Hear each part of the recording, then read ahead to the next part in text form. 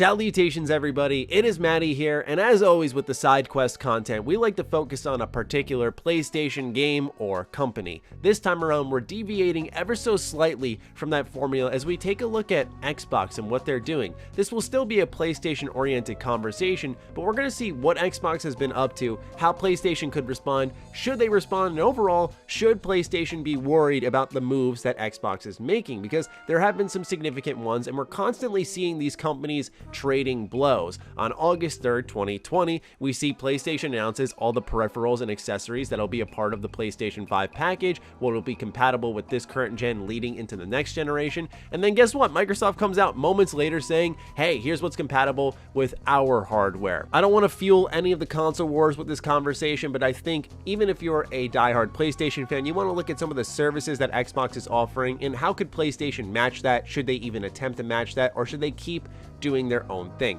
So let's address, of course, what really will spawn this entire discussion, and that's Game Pass and Xbox's backwards compatibility. This truly is the backbone of the Xbox family. Game Pass offers a unprecedented value for gamers, whether you have a little money or a lot of money. You're gaming for a huge bargain by being a part of a $10 to $15 a month subscription service that gives you access to tons and tons of games, a lot of them coming out just this year. And as we saw during the Xbox Game Showcase, all of the games that were being shown off are a part of Xbox Game Pass, whether it was third party or first party, which adds a tremendous amount of value to the system there. Now, we know PlayStation's counter to Xbox Game Pass is PlayStation Now, a service that I'll admit I'm not the biggest fan of, but I can say it has indeed improved over time. Being able to download PlayStation 4 games to the console to play through PS Now is a great quality of life update. Sadly, when it comes to PS3 games, you have to stream them to the console, and sometimes it's a very jarring experience to have your game buffer while you're playing it. At this moment in time, PlayStation doesn't offer what you could do with Xbox, where I saw a copy of Infinite Undiscovery on eBay and I said, I'm gonna pick this up because I can literally throw it in my Xbox One and it'll play it with a better resolution, quicker load times, and all of that jazz. And that's a really good feeling knowing that that past library of games can carry over into the next generation. If I'm PlayStation, I think PS Now is fine. It's working for them. It's a service that's continuing to grow, and for their own standards, I think they should be happy with it. But I do feel there is the potential to move things forward with PS Now. Compete with the value that Game Pass is offering, because right now, whatever side of the fence you lie on, I think this is undeniably one of the best services in gaming. It's doing so well at this point in time that it's actually shifting, I think, how Microsoft approaches their first-party games. That's the next part of the conversation that I really wanted to get into. There's no denying that there is a premium quality when it comes to PlayStation exclusives, whether you're looking at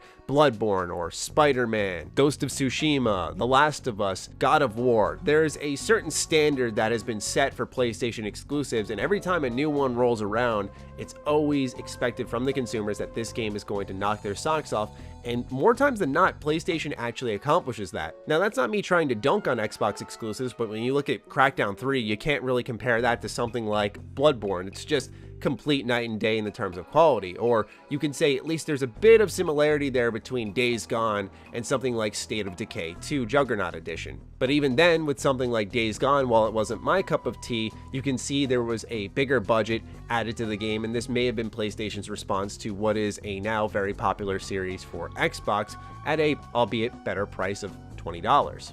I think if PlayStation continues to maintain the quality of their exclusives, they have no reason to start diving into something like making all first-party PlayStation games a part of PS Now, because the quality of these games are so good, people are willing to pay $60 for their titles. I'll be honest, as someone who's reviewed the likes of, say, Crackdown 3 again, I would not have spent $60 on that. Grounded, a game from Obsidian, a team of 13 people, a really interesting and different game from Obsidian, who's known for their role-playing games, and it's not their primary focus, but for $30, I wouldn't have enjoyed that. But games like Crackdown 3, games like Grounded, I can try through Game Pass because you can do a safe test, you can dip your toes in. And there have been experiences on both sides where Game Pass has benefited the sales of titles, giving series more exposure, more players, and sometimes it has hurt them because you have people who are coming in, playing it, but not purchasing anything. And that's where you start to see Microsoft augmenting how they approach some of their first parties. Now, there have been rumors that I've covered on my personal channel about Fable having some type of online elements. We now know that Halo is going to be entirely free to play when it comes to their multiplayer. And this is no doubt because of the success of Game Pass and Microsoft's ability to try to bring people into the PC realm, the Xbox realm, and just play the games. It's not even about the hardware at this point. In fact, Game Pass has become so strong that there are now rumors floating around with a free-to-play Halo game that Microsoft may even can Xbox Live Gold, a service that currently offers 4 games each month for free to players. Meanwhile, PlayStation, which used to offer a total of 6 at one point in time, I know, a very foreign concept, they had 2 Vita games, 2 PS3 games, and 2 PS4 games, has now dwindled all the way down to 2 games a month for PS4 while keeping the price roughly the same, if not increasing it. I think in the terms of value, you can make an argument that PlayStation should take a look at what Xbox is doing and maybe adjust a little bit, whether it be improving PS Now, creating a package deal between PS Now and PS Plus. Because the way I view it is the more complacent that they do get when it comes to something like PS Now, the more you drive people into the middle, where maybe you will end up becoming a PC gamer who just focuses on Game Pass, and now you're in Xbox's program at that point in time and they're making the money. When it comes to the Xbox Game Showcase and the moves Microsoft's been making, they have been solid, but I don't want to create this idea that PlayStation should be tossing and turning in bed and that they can't get any sleep over the fact that Microsoft is sneaking up on them. Xbox is doing their thing, Nintendo's doing their thing, PlayStation's doing their thing, and I think it's really cool that we have a very diverse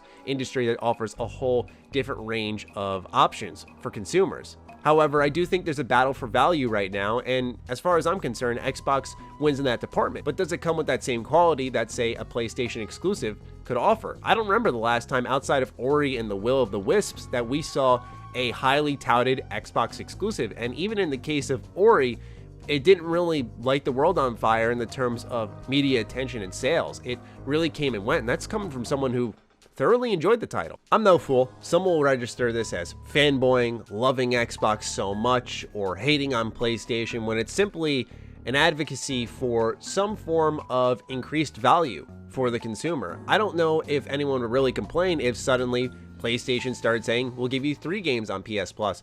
Is it fine now? Sure, but I think they could offer more. I don't think anyone would complain if they started to add more games and value to PS Now. I think that'd be great, right? It sort of reminds me of the Fortnite crossplay debacle when it came to PlayStation and how it just looked like they were snoozing. They were staying back on the times as everyone else moved ahead, and it created a bad image for them. I'd like for them to avoid that here with something like PS Now, where they have a good working system that can get some improvement. Don't wait until Game Pass becomes this unfathomably good deal, which it kind of is at that point now, but to an extent where it's so good, it's so valuable that you won't turn your head at anything PlayStation does. So in answer to our own question, should PlayStation worry about Xbox? No, they shouldn't really, but they should be aware of the value that their competitor is offering and maybe try to adjust to that, offer something in return for their family of consumers to keep them under their own respective umbrella. At least that's what I'd do, but here I am making YouTube videos. I'm not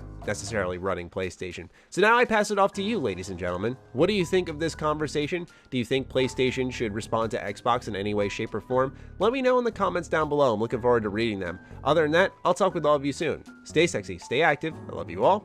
Peace.